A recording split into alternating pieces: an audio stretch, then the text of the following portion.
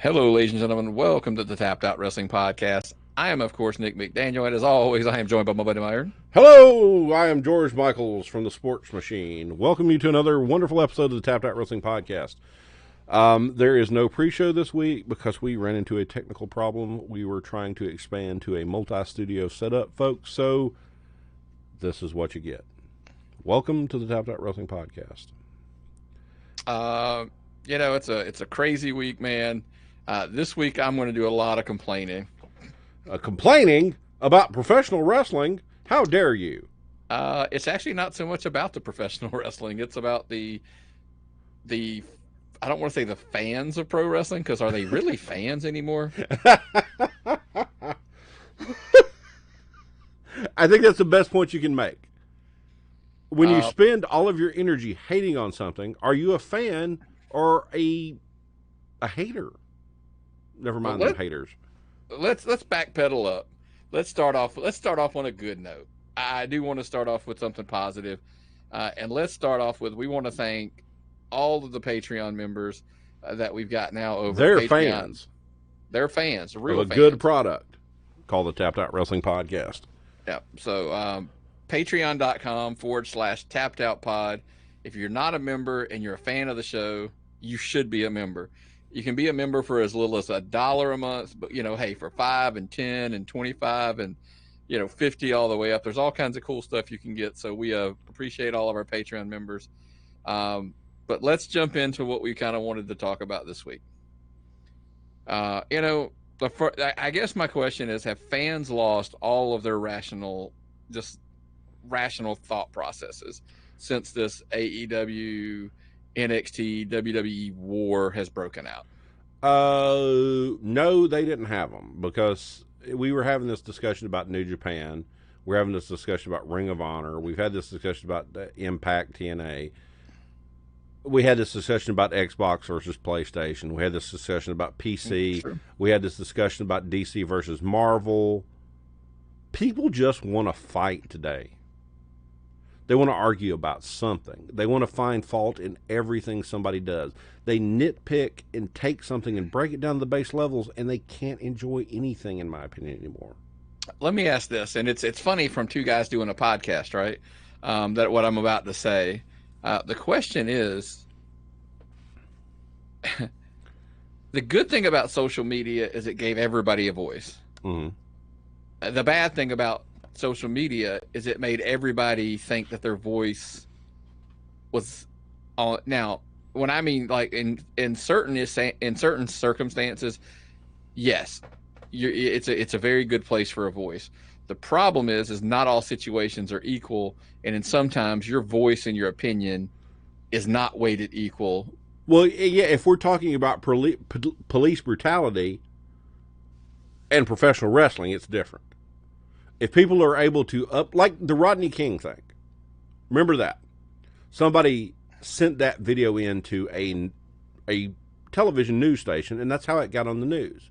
Today, if Rodney King were to happen again, and that person could have popped it with their phone instead of a video camera, instantaneously it'd have been all over Facebook. It's a completely different medium.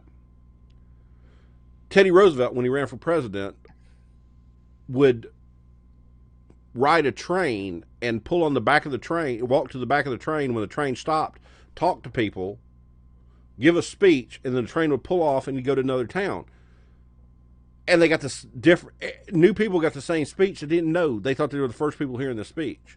Nowadays, everything is instantaneous.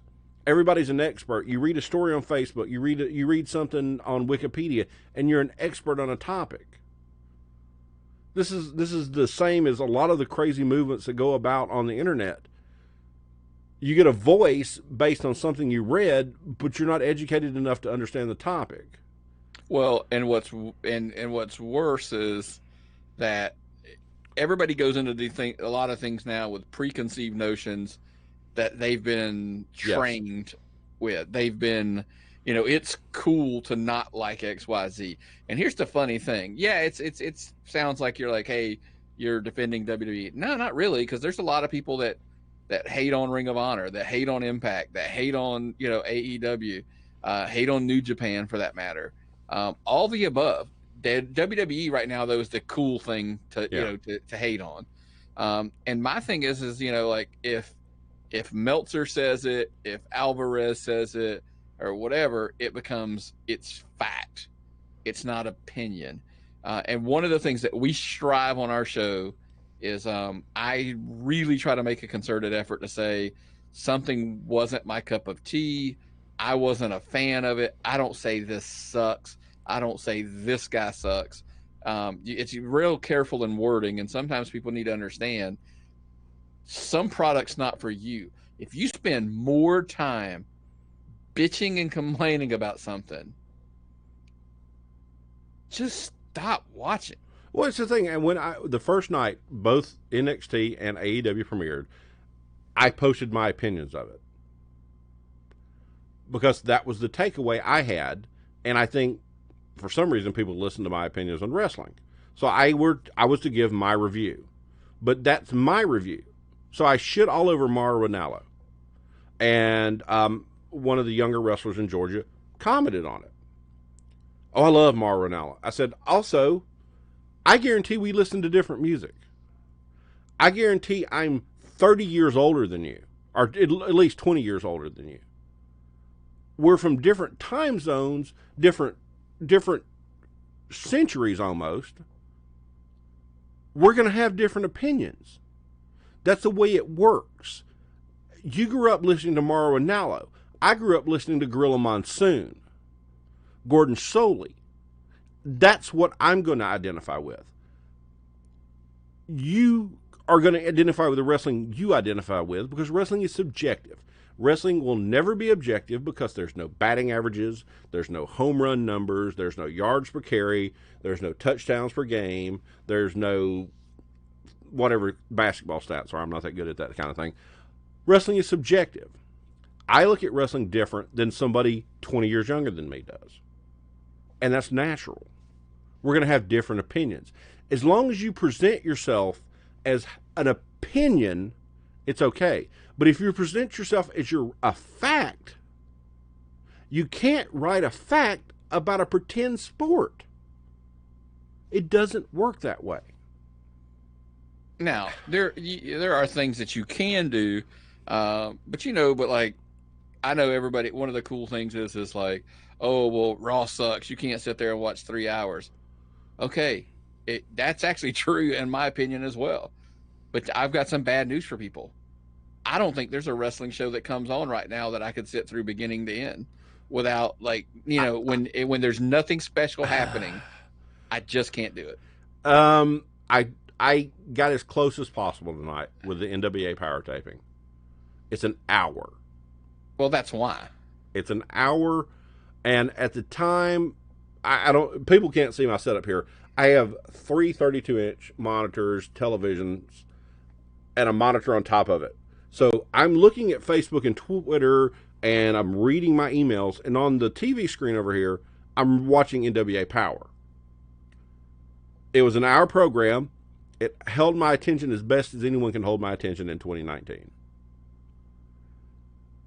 I was upstairs earlier. I was watching it with my family. They had something on television. I'm watching on my phone with my earbud in. Can I pay attention to something directly enough? I can't watch Raw.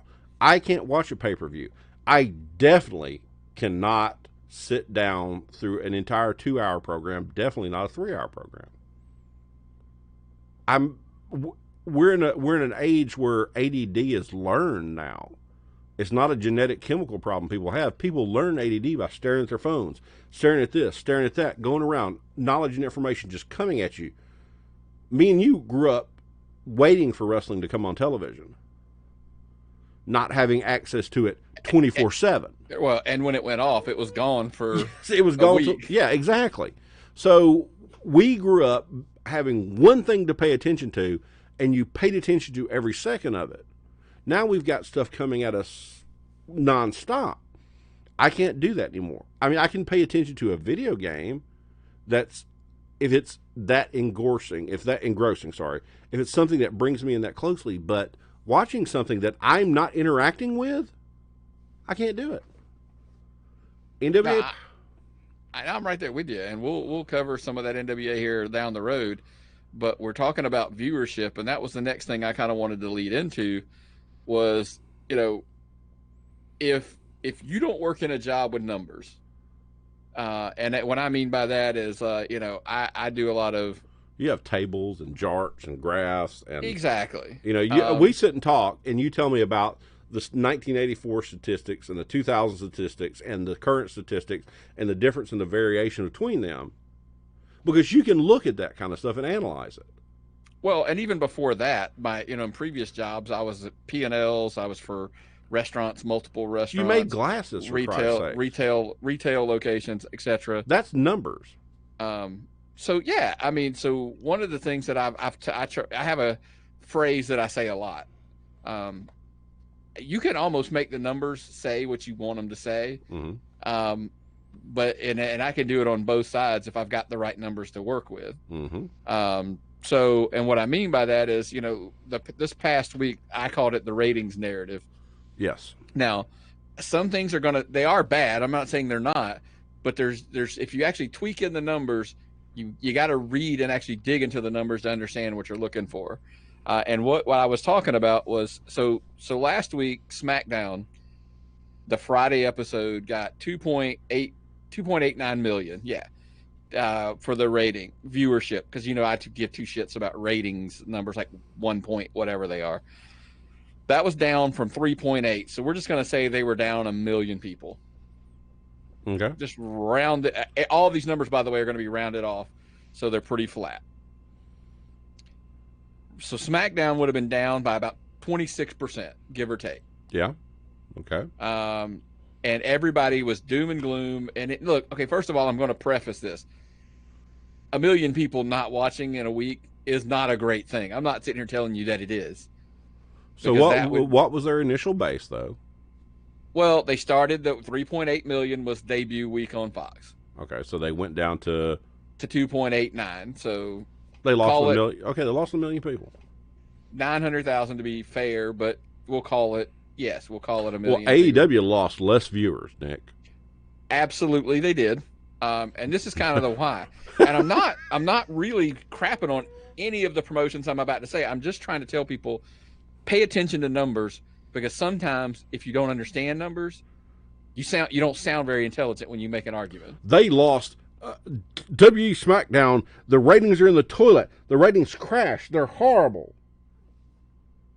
But if you release a movie, the first weekend you release the movie, you get big numbers. The next weekend you release a movie, you get less numbers. We were blessed to be in an era we saw premiere week for wrestling shows. We got Fox on SmackDown on Fox. We got the Raw season premiere. We got AEW season premiere. We got the NXT season premiere. We got the launch of NWA Power. It was an amazing week for wrestling. Very much. Sorry, no. NWA Power launched the next week. That was the multimedia best launch wrestling weekend ever. And then we got the next week. And let's follow through with everybody, because now we're going to be fair. So AEW does 1.018 million people, so just a little over 1 million. They were down from 1.4 million.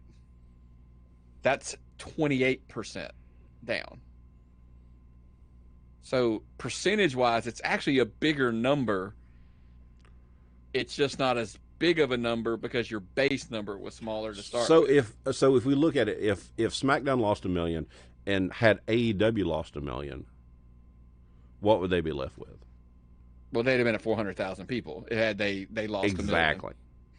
1 million. Part two of this is I want to hop out of order here because there's a reason, because I want to tap into something else. So the NWA, now this one's not fair. I'm prefacing saying this that it's not fair, but I'm going back to where I can make the numbers say what I want them to say. So when we recorded last week, we had just watched, a few hours. NWA had been out for a few hours. Well, probably close to 6-7 hours, right? It was at 200,000 views roughly. When we recorded this, we were at 96,000 views. We're going to be generous and call it 100,000 now, because God knows what's happened in the last 2 hours that this train wreck of this podcast was. Well, no, the podcast was fine. It was the technical production that was the problem. The technical issues to getting the podcast going. We're distance recording. I'm recording the show this week instead of Nick, and we wanted to diversify our global footprint so we could have different data centers. This is at the Sugar Hill data center as opposed to the Hamilton Mill data center. Right. So we'll call it a 50% drop on the same day watches. Now, I am sure NWA is going to recover. I am sure they're going to have a bunch of people watch, and we're going to see that to give a real number. But my argument being, I can make it say, hey, they were 50% down on the day of. Yeah.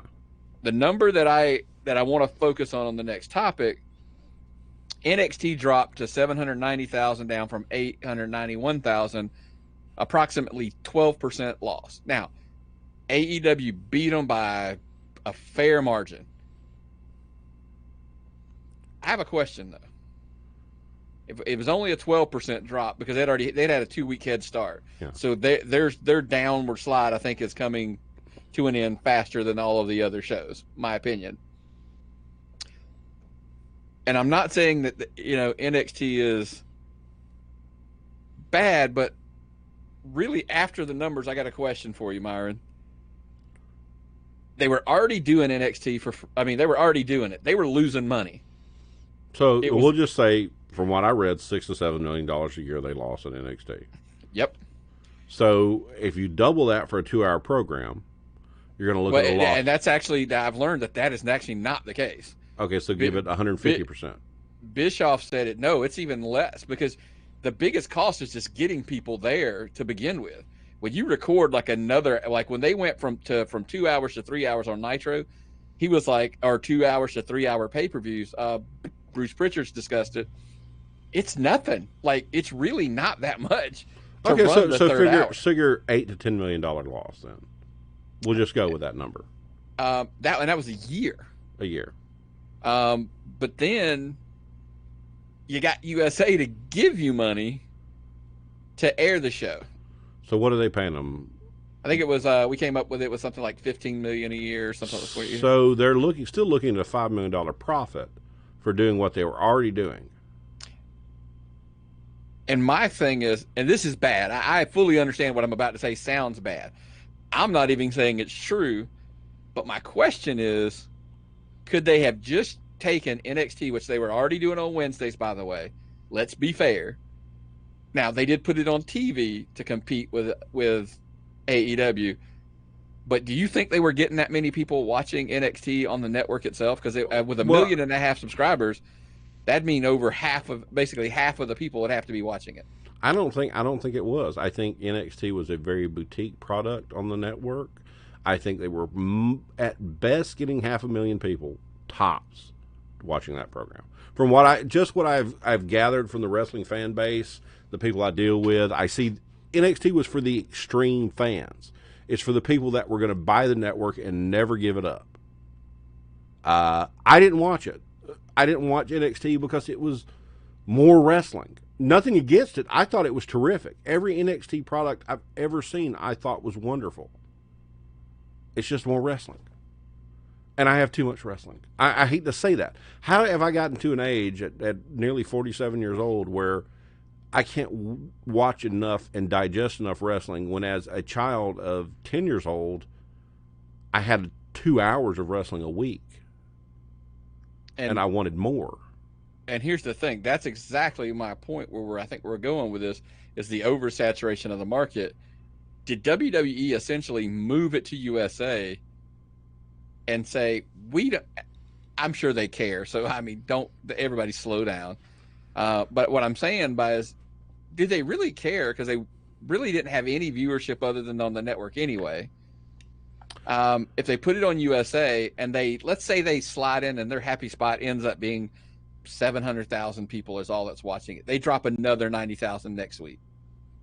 If that's as many as they had watching it already on the network, and it keeps AEW from getting to 2 million, that's also under the assumption that you believe there's no crossover and duplication of numbers. because if AEW did 1 million last week and they did 800,000, that's 1.8 million people. No, that's more like 1.6, 1.5. No, I would give it a much lower number than that. They were already doing it. Now, if AEW were to make a $5 million profit in their first year, I think it would be a wonderful, wonderful thing for them. AEW makes a $5 million profit their first year out of a wrestling promotion on a major television network, cable television network. That's astounding, because you heard how the losses of WCW made when they came over to the big show when Turner Broadcasting bought them out. Oh, they're going to lose money this year. Okay, I mean, any first year company almost of any kind is going to lose money. But NXT is going to make about a $5 million profit. But that wasn't their first year. They've been around for. I mean, they've already kind of got the base. So you can't complain. What you're telling me is you can't compare it. Well, I mean, as far as from a business model, no. From a viewership model, sure. I mean, there's similar products. I mean, there's lots of, stuff like that. But I'm just saying, from the sake of, what if they're just there, just to cut that number? If AEW cannot get to 2 million because NXT's ciphering off 700,000, 800,000, 900,000 viewers, up to 1 million on their good weeks, right? That's, again, I'm not saying it's good, and I'm not saying it's not dirty pool, but it could be the game. But the game is, it's part of an established program. It's part of a brand recognition program. It's part of the fact that if you see something on NXT that you like and you want to go buy some merchandise, where do you go? WWEshop.com. If you like something and you Google NXT, you go right to the WWE websites. It's a brand extension. It's 2 more hours of television a week that the WWE is on. Okay? You're up to now 7 hours, not including all the sideshows. The WWE is on television 7 hours a week with no pay-per-view every week, 52 weeks a year, filling time slots and getting paid to do it. Brand recognition. Yeah, I mean, and that is what it is, man. So, I mean, let us know what you think, man. I mean, I just want people to be cognitive when they're spitting out numbers, and it's all about making money. All this is about making money. They're not making wrestling for me. They're not making wrestling for you.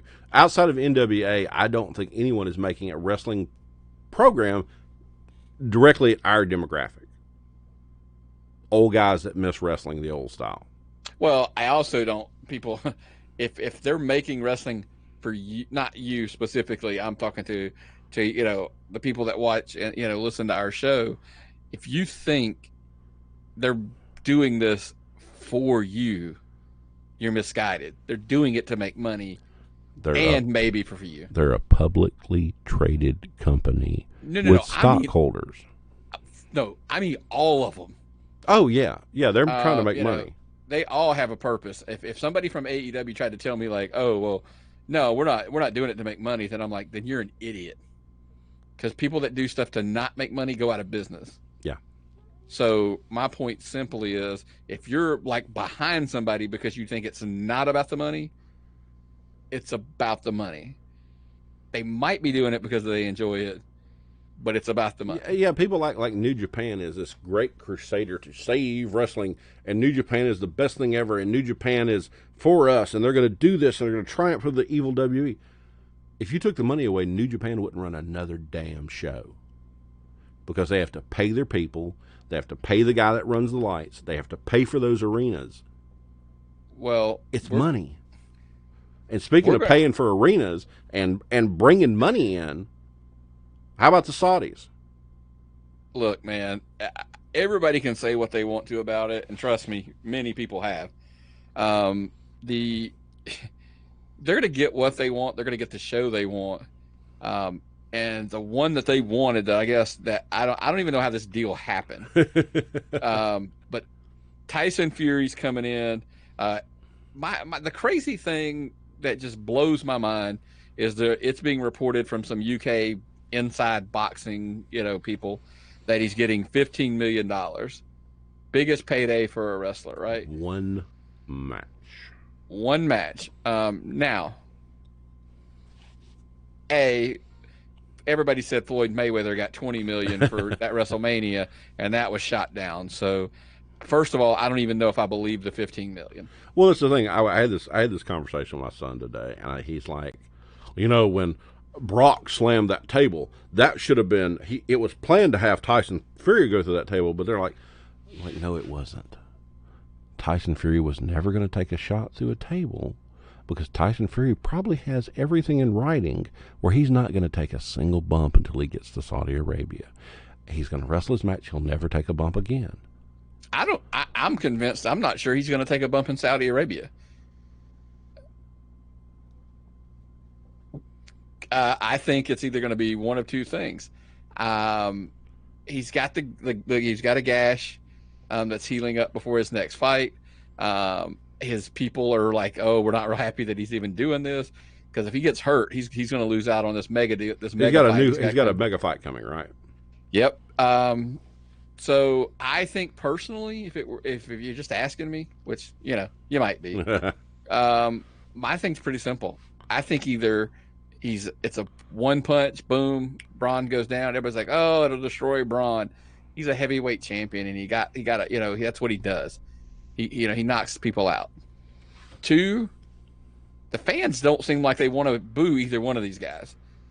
If it were me, somebody that's not on that card, Elias, whatever, somebody comes down and interrupts it like, you took my spot on this show, blah, blah, blah, runs his mouth, and then, you know what I'm saying? And then Tyson Fury knocks that guy out. Sounds like you watched a wrestling card before, Nick. I'm just saying that's what I would do. Something like that would be cool. But let's get back to the money, because here's one I had a question. So what if he is getting $15 million? Is it your money? Are you paying them $15 million, Nick? People even wrestling fans just are up in an uproar about he's taking money from somebody. No, he's not. If he wasn't on this card and he wasn't making the $15 million, the $15 million is probably going to go to somebody else, or it's going to go to somebody else's. It's not going to a guy on the card. Go to Vince. No, they would have drug Undertaker out. They would have drug Kane, because you know why? That's what the Saudis asked for. The Saudis want something big on these shows. Yeah, it's to them, it's more than a wrestling product. To them, it's a pop culture legitimacy. That's why the airport in Dubai is the greatest airport in the world. That's why they built the biggest towers everywhere. That's why the toilet seats are made out of gold. They're trying to look like they're a part of legitimate culture and society, and they're trying to be a bigger part of things, and they're buying money. It's just like the rock stars. They're the rock stars of the professional wrestling world. They're going to buy the show they want to see. They're going to try to get on. They're making their people happy. This is a show. It's not for me and you. We don't have anything to do with this. Well, and Tyson Fury simply is he's drawing attention from ESPN, from Fox Sports, from all of the sports, but it's a casual fan attention getter. Yeah. Just like, now, the funny part is we'll roll right into Cain Velasquez on the same thing. Everybody got upset about him getting the title shot in his first match, and we're like, why does he get a shot? Because he beat Brock Lesnar for the UFC heavyweight title. He's a legit badass. And everybody's like, well, he's not a wrestler. Well, guess what, folks? Apparently he is. He signed a multi-year deal, and he retired from MMA. Okay, so when he retired from MMA, was he able to get out of his contract? Because he had a contract binding him to more fights. Well, he just can't fight with anybody else MMA. Okay, well, that's good. I mean, and Dana and Vince have a pretty good relationship. I'm sure they've worked it all out. It mainly, to be blunt, it gets him out of the doping agency testing. Why do you think when Brock went to wrestling and MMA, yeah. So just keep that all in mind. And my question about Cain Velasquez, by the way, when he wrestled down in Mexico at that AAA card and looked pretty good, everybody was down with that, man. Everybody was cool with that. Oh, he can work. Oh, yeah, AAA. That's great.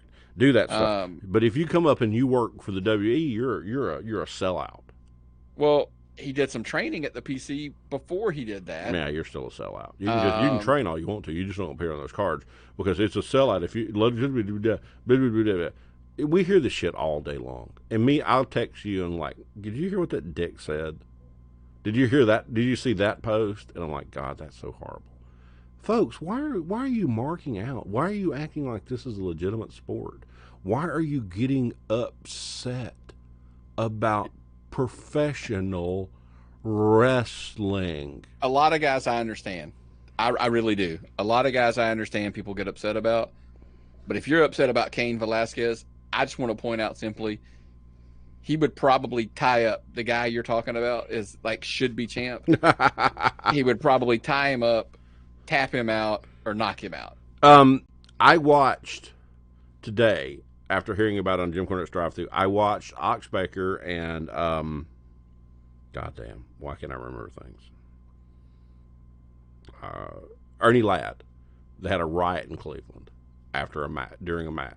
Ox kept hitting Ernie Ladd with the heart punch.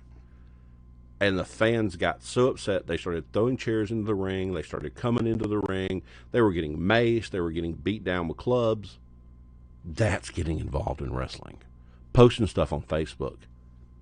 Now, you want to have a problem with wrestling? Throw a chair in the ring. Don't post stuff about Facebook. It's not valid anymore, people. That's when you got upset about wrestling, that's when it mattered. That's how real upset about wrestling is. Posting stuff on Facebook and Twitter, that's impotent. When people really got upset about wrestling, they got into the ring and got beat down and maced. That's when it was real. Well, you want to talk about some other people, man, who are going to probably lose it. There's some rumors coming out, and I don't know that I believe them, but we are going to address them. WWE says they've got a big announcement coming up, right as New Japan says they have a big deal coming up. Yeah, I'm buying mortar. I'm buying a whole lot of mortar because people are going to start shitting bricks. Yeah, the rumors are flying that maybe there's a WWE New Japan deal coming with NXT Japan possibly being a next step into that. Now, there's going to be a lot of mad people if this is true. And I'm not saying that I think it's a great idea, to be honest with you. Well, I think NXT Japan was an eventuality. It was going to come. It might have been NXT China with Japan.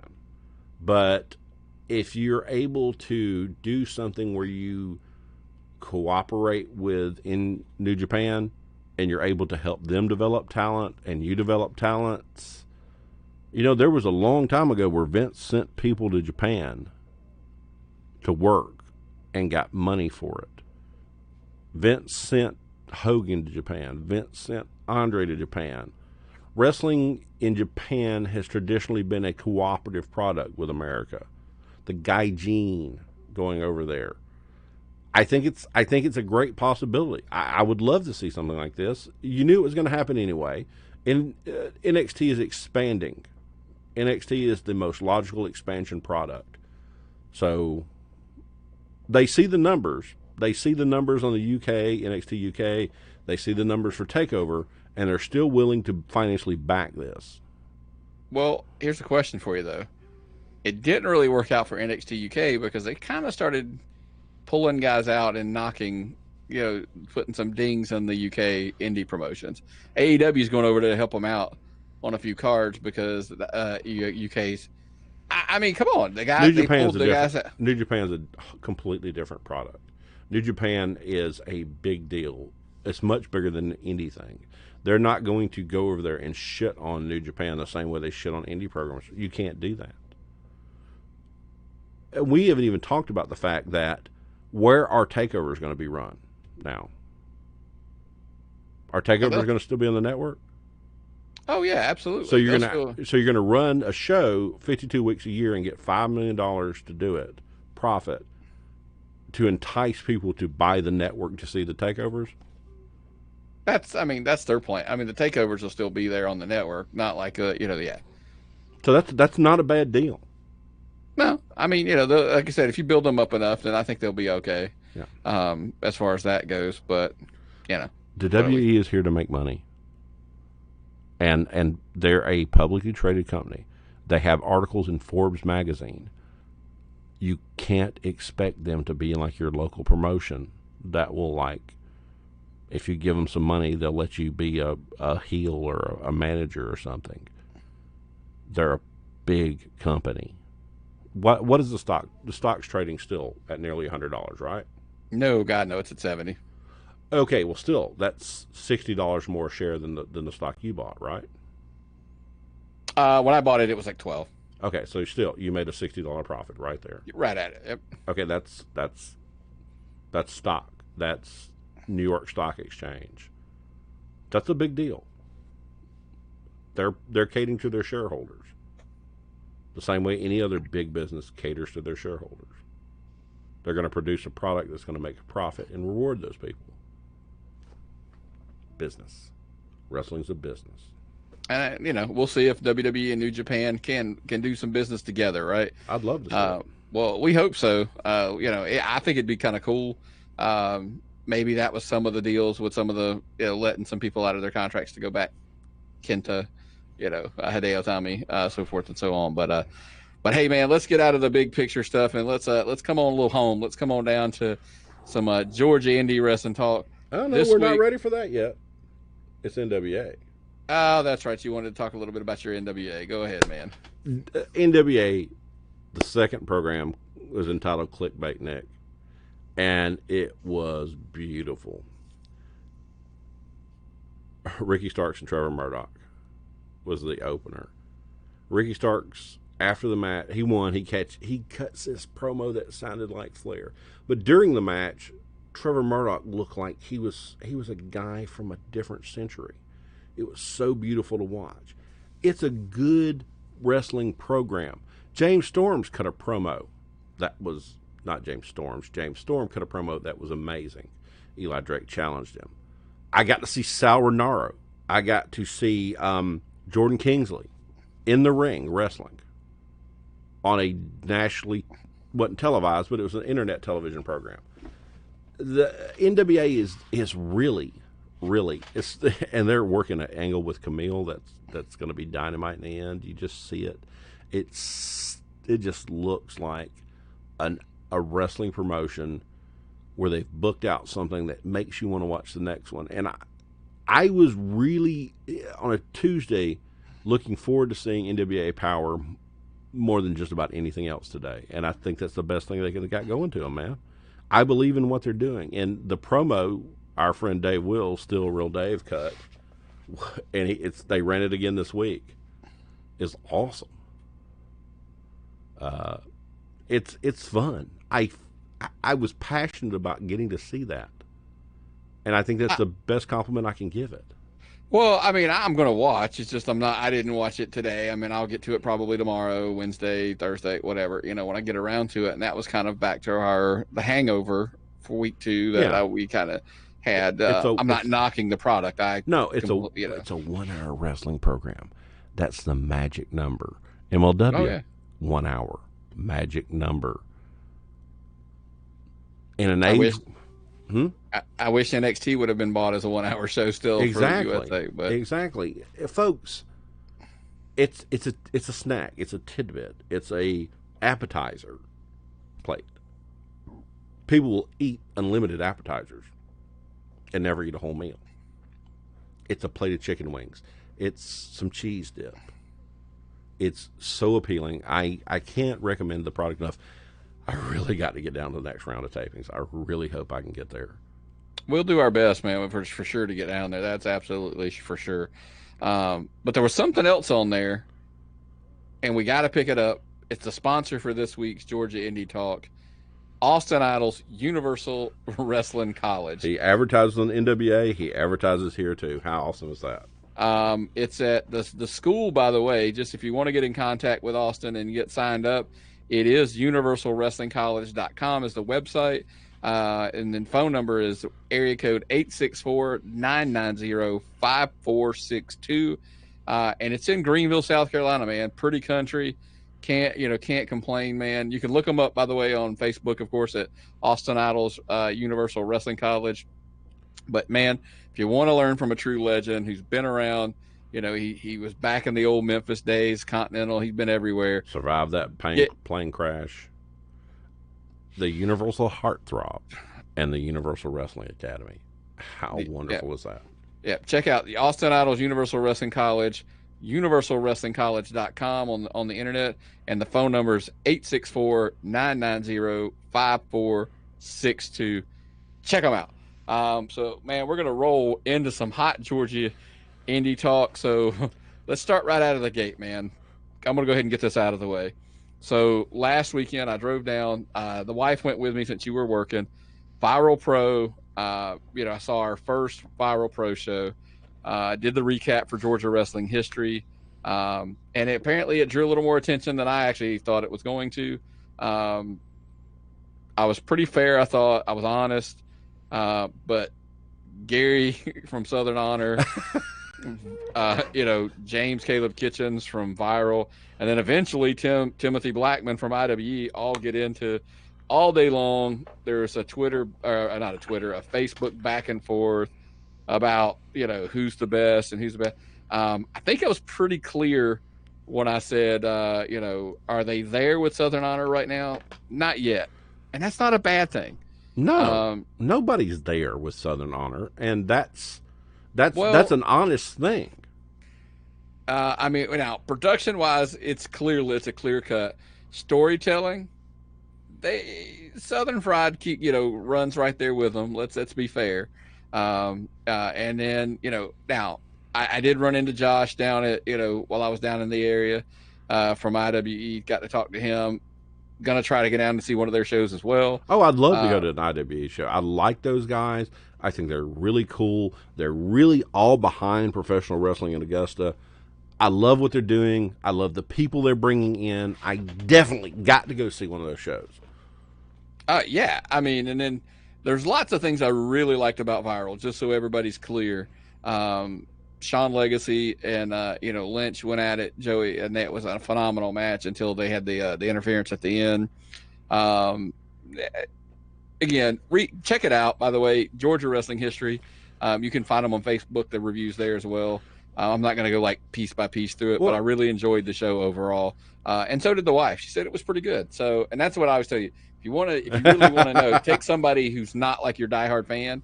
Let them be the barometer, the measuring stick.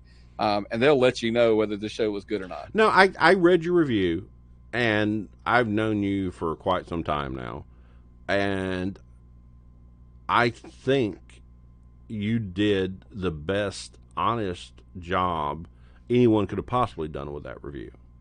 You wrote it as you saw it. Well, that's what we do. Because here's my thing, and I know you've done some of them as well. I don't mean to cut you off, but I'm going to ask you this because this is kind of the same point. It's one thing when we do stuff for the podcast, we can have some fun, we can do some things with promotions, but the respect we have for Larry Goodman and Georgia wrestling history, it kind of takes us and it makes us. And I'm honest. I think I'm pretty fair and honest and objective in general. That's one of the things I pride ourselves on the show about. But when I write something for Georgia wrestling history, I even go even further. Well, I can't elaborate more on the amount of respect I have for Georgia wrestling history. I don't think that there is, and this is my experience. Somebody might be able to tell me I'm wrong. There is not a body in the Southeast that produces a wrestling website with reviews and anything as well as Georgia wrestling history, as consistent as Georgia wrestling history, and as respected as Georgia wrestling history. And anytime I get the ability to write a review for them, it's an honor for me that I was able to collaborate with those people. Larry Goodman is the dean of wrestling journalism in Georgia and the Southeast. Okay? Stephen Platinum is probably the most brilliant wrestling mind I've ever dealt with. Rob is an insightful person who can bring out something in wrestling I don't even get sometimes. He is so good at that. And he's a road warrior. He's a road warrior. He gets to shows everywhere. So if I get to collaborate with men and people of that level, they have the Peach State Pandemonium show is they have guys that work for the Gunkles that have been involved in Georgia wrestling for 50 years, for Christ's sakes. That's respect. I'm sorry, I got to get this out. Rob will go to the shit shows that nobody else wants to go to. Yeah, but Rob will do it. Rob will go to shows I won't go to because he feels he has a duty to do it. And duty's the key word to that. Yes. But the whole point of this whole, by the way, I love it. And I know a lot of promoters like to sit back and go like, oh, we just want to do our own thing and we don't want to get caught up in this. And that's not what we do. And I admire, and there's nothing wrong with it. I'm not taking a shot at the people that tell me that. Cause you know what? I get it. I understand. But I also admire the fact that, James Kitchens, Timothy Blackman, and guys that'll go out there and get on social media and they'll have those back and forths like they had with Gary, because on one hand, somebody will give you crap, man. Hey, they got you today, buddy. And then the next day it's this guy's back and forth. As much as people don't want to do it, are you afraid to do it because you're afraid you're going to look stupid? Or are you afraid to do it because I guess I don't understand why you would be. If you're the promoter of a company, I get the whole, like, you lost. Did you really? And that's the ultimate thing. I know a lot of people's like, oh, you don't want to go toe-to-toe with Gary because he's going to make you look stupid. Well, he might. Well, he will. He might. But my point to that whole statement is it will get you out there. Yeah, people are going to see that you went up against the monster. God bless them. You're going to get on the Goliath's Facebook feed. I said very simply, because I had a conversation with James, and I said, look, there's nothing wrong with it. I love it because if nothing else now, the rest of the state knows who Viral Pro and IWE are because of the interaction. The Southern, now there's the detriment. I mean, because let's be honest, the people that are going to Canton shows and the people who are going to the Thompson and the Augusta shows, for the most part, are not the same crowd. They're not competing over crowd. They're competing for what they should be all competing for. If you're not competing to be the best wrestling promotion in Georgia, just stop. There's no point. If you're not competing to be the best of anything that you do, stop. And if nothing else, these guys have gotten their name out there. Think about it. If you'd asked me last year, were they top 5? I couldn't have honestly answered that question. But you went. But I went and I honestly said, do I think they're top 5? Absolutely, in the discussion. I 100% agree. Are they top 3? Give them time. They're getting there. Everybody in that conversation that Gary, Timothy, and James and all them are going back and forth, if you were bowing out of those conversations, you're doing a disservice to your promotion. You can get in that conversation and get your promotion and get your name out there and not look stupid. If you can't, get another promoter for your promotion. Well, the thing when you look at, if you're being mentioned in the same sentence as Gary Lamb, he's a professional promoter. He knows what he's doing. What he's doing is promoting. If you get yourself in that echelon, you're still being mentioned. I asked Gary Lamb one time, do you always like your Facebook posts? And he said yes. And if you've ever seen a Gary Lamb Facebook post, you cannot beat him to like his own post. Why is that, Nick? It's analytics. It's promotions. There's a class for that. You could probably pay Gary and he could probably teach you to do some promotions and teach you why that's important. he plugged my seminar, so I'm going to plug it. Yes. To say he could do the same thing. He gets himself that one click brings himself up a click above you. So look at him, learn what you don't have to like him, but you can learn from him. A lot of people don't. You don't have to like him. I think Gary Lamb is wonderful. I personally love the man. I adore Gary Lamb. And I'm a cheap stooge for him a lot of times. But the thing is, most of the time, if you are not looking at the people that are succeeding and learning, you're going to fail. It doesn't matter what you're doing. Vince McMahon is not here to make friends. Vince McMahon didn't make friends when he took over the territories. Gary's not here to be your friend. Gary's not here to make friends when he takes over Georgia Wrestling. But if you're not noticing what he's doing and you're going to try to be Jim Crockett in a Vince McMahon world, you're going to lose. You're going to have to be Vince McMahon in a Vince McMahon world of profit.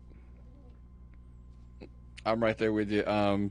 So anyway, like I said, kudos to those guys who are getting their name in the mix. And I nothing but respect for them for getting in there, because that's what promoters do, and that's what promoters should do. The whole thing about we're just trying to be friends and all trying to get along and do that, ruffle some feathers out on public. Just saying. People notice you. So anyway, that's all I've got for the Georgia. And I think, did you have something else you wanted to talk about?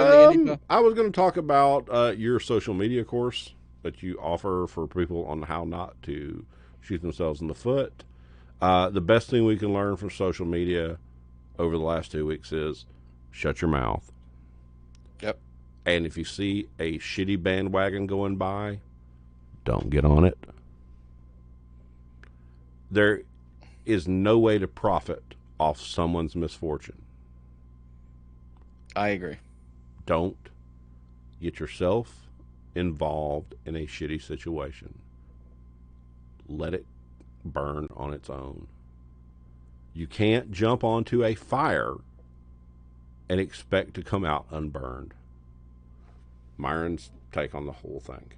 Shit happened in the last 2 weeks that I hated to see. I hated to see the fallout.